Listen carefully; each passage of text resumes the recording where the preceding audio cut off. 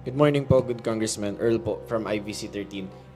Sir, on another topic, sa press con po ni Vice President Sara Duterte and over the weekend, ilan po sa mga House leaders natin na nagpahayag ng kanilang pagkabahala sa ilang mga statement na binitawan ng ating Vice Presidente. Any comments or reaction po on this one, sir? Thank you.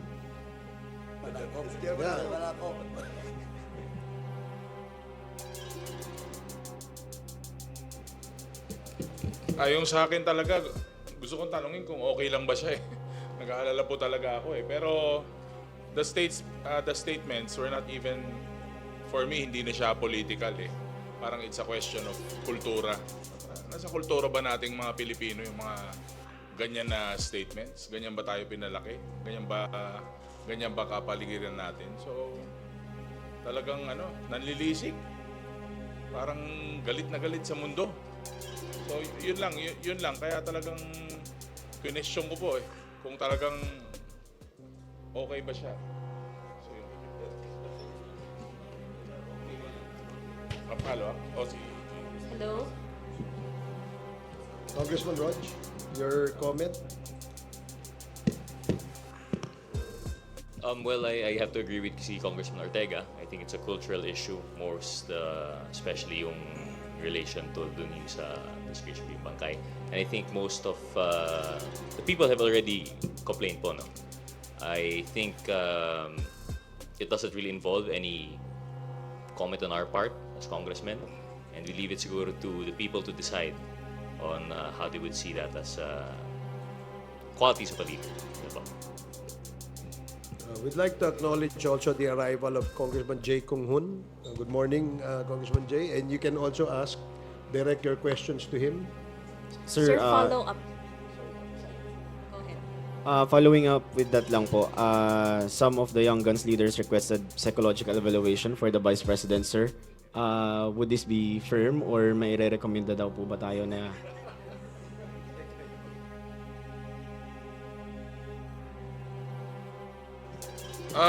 Suggestion lang naman yun. Hindi naman, una-una, hindi rin naman ako pwedeng magrekomenda at wala rin akong kilala. Kasi so far parang okay pa naman ako. So, pero the people have seen the interview. So parang may something. Ewan ko. Oo. Parang punong-puno ng galit saka parang parang yung mga lumabas sa ating mga pahayagan para talagang parang hindi ko alam kung may meltdown o may problema na nangyayari right before our eyes during the press con. Sir,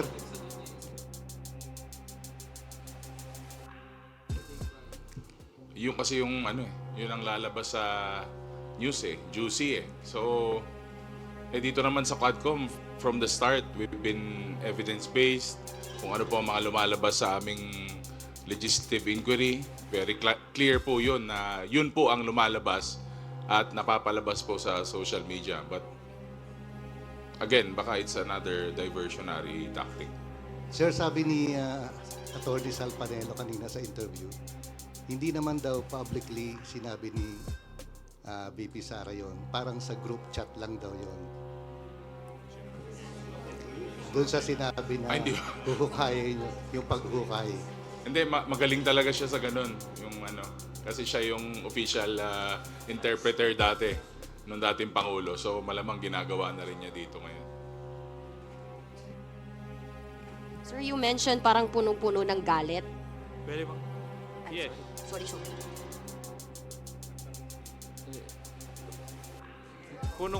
Punong-puno ng galit talaga. Yes. Why do you think po? Bakit po sa tingin ninyo ganun yung nangyari kay and you even mentioned Kong Ortega na parang may meltdown or may problema na nangyari. Why do you think po na nagkaganon?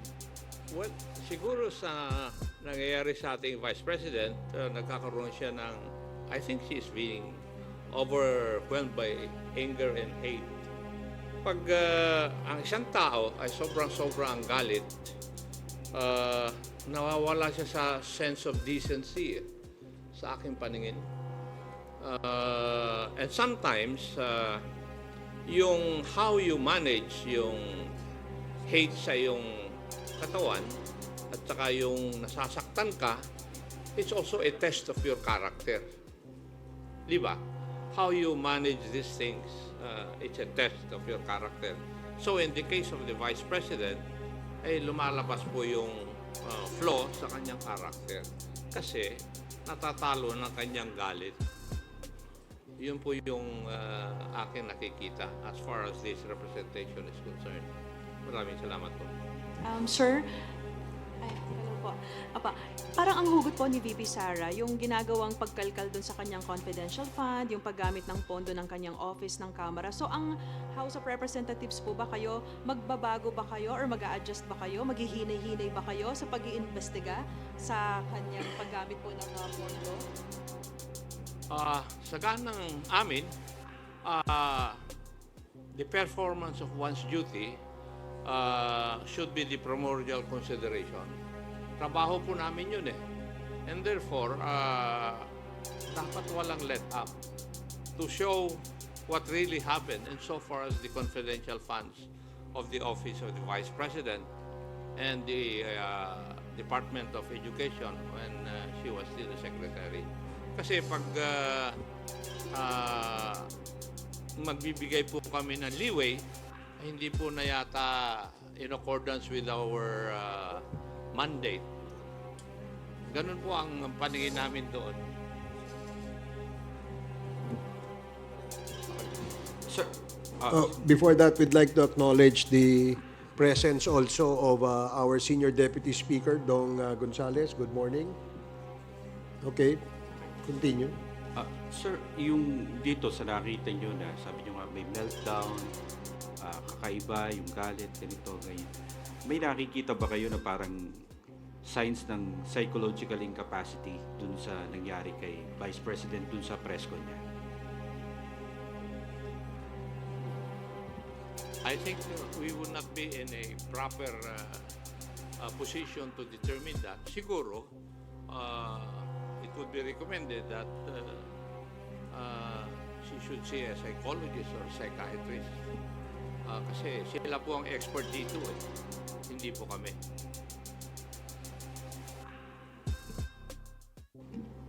Sir, sorry, good morning po. Hindi lang po si Pangulong Marcos and former President Apo Marcos yung kumbaga tinira ni VP Sara. Meron din po kasi siyang binanggit laban din po kay Speaker Romualdez na sinabi niyang embarrassment daw po ang ating House Speaker. As House leaders, ano pong masasabi po ninyo dun sa pahayag po na yun? That's her opinion. It's not the opinion of 120 million Filipinos. Di po ba? And she is entitled to her opinion. Sir, follow-up lang. Kasi yung embarrassment po is stemming from doon sa sinabi ni VP Sara na tumanggap daw po ng suhol si Speaker Romualdez. Do you know anything about this? Or what can you say about this po? Tungkol saan yun? She did not expound or elaborate po yung tungkol doon sa susunod daw niyang press con. Pero, So we will not be commenting on that. Kasi hindi naman namin alam kung ano suhol yan. Hayaan mo po muna mag-expound siya. Then we'll answer the issue about it. And second siguro, I'd just like to add now. Just like what we have done with the Office of the Vice President, giving due courtesy to that office, ang unsolicited advice po is the Vice President should also give due courtesy to the office of the President and of course to the late Ferdinand Marcos Sr. Yun lang po. Kasi well in fact, for the record, napakaganda na pong binigay naming courtesy sa kanya nung she was invited during the Good Government Committee hearing. Well, in fact, he was allowed to speak while not taking her oath. So, yun lang po, unsolicited advice. Just give due courtesy to the office of the President. Well, Congressman Gonzales po, ano? Well, regarding dun sa suhol, di po namin alam yun, di ba?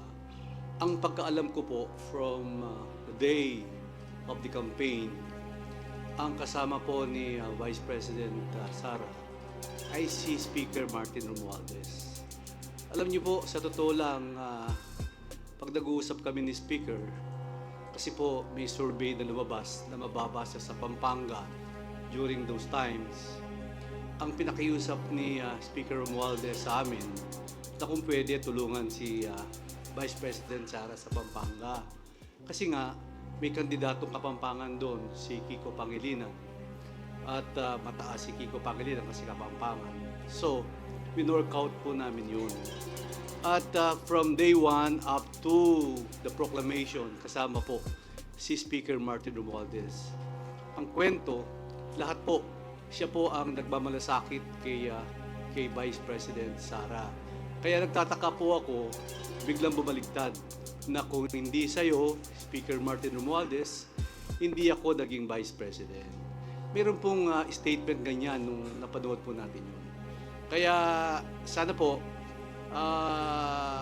hindi po natin alam kung ano ang nasa isip ni Vice President Sara, at yun man lang sabihin mo na hukayin mo yung tatay at itatapon mo sa West Philippine Sea. Ako po isang nasaktan bilang anak. Kung ako po si Senator Amy Marcos, sinabi sa tatay ko yun, palagay ko, hindi na po kami pwedeng magkita at mag-usap sa panahon na yun. Sasabihin ko, ibang klase na to, ibang usapan na to. So, sana po walang ganyang usapan. At yung ganyang naririnig kong mga salita, salita pag umiinom sa kanto, sa barangay, paglasing na, biruan lang yun, di ba? Pero walang ganyang, pero wala pong ganyan. Medyo, ako po, honestly, after yung press conference niya, meron po, nasa palasyo po ako, birthday po ni E.S. Bersamin. Pero gusto kong sabihin sa presidente, pero hindi ko po nasabi kasi baka ayaw po niyang marinig yun. Pero deep inside in my heart, ako po talaga nasaktan doon sa sinabi niya. Because I'm also, anak po ako eh. Hindi na po ako makakakita ng tatay. Isa lang po ang tatay ko. Tapos sasabihin po sa tatay ko yun, hukayin niya at itatapon niya. Ay, palagay ko napakasakit po nun. So bilang isang Kristiyano, bilang isang batang pinalaki sa maayos, palagay ko foul po yun. Salamat po. Thank you. I would like to acknowledge also the presence of the chairman of the Committee on Human Rights, our co-chair sa Quadcom, Congressman Benny Abante. And, Good morning. Mr. Chair, in addition to that, na sinabi po ni SDS, alam nyo, kahit pagbalik-balik na din natin ang mundo, yung ating pong former president, si Ferdinand Marcos Sr., malaki po nagawa niya sa bansang Pilipinas. Kahit sabihin na natin na inakusahan siya na diktador, at napatalsik siya ng ating pong mga kababayan. Pero at the end of the day, we have to accept that he made a lot of things for the Filipino people. At yung pong pagsasabi na huhukayin siya at itatapos sa West Philippine Sea, medyo parang sa mga nagmamahal, no? Lalo na yung mga Marcos loyalists, no? Na nakita natin na talagang pinaglalaban yung ating pong dating Pangulo. Napakasakit po nun. And we have to be careful with our statements, no? Kasi hahabulin tayo ng panahon at pagkakataon. Like for example, yung ginagawa po na statements ng ating pong dating Pangulo, si Rodrigo Roa Duterte, ngayon hinahabol na po siya ng sitwasyon. We hope that this will not happen to the Vice President. But definitely, somebody might file a case against her. At nobody can prevent that dahil nga wala namang immunity ang ating pong Vice President. Masakit po yung mga ganitong klaseng salita na hindi naman po dapat nasabihin na nanggaling sa isang opisyal ng ating bansa. Sir, clarification on the invitation kay former President Duterte. 18 pa po yun, October 18, yung reiteration ng invitation ninyo.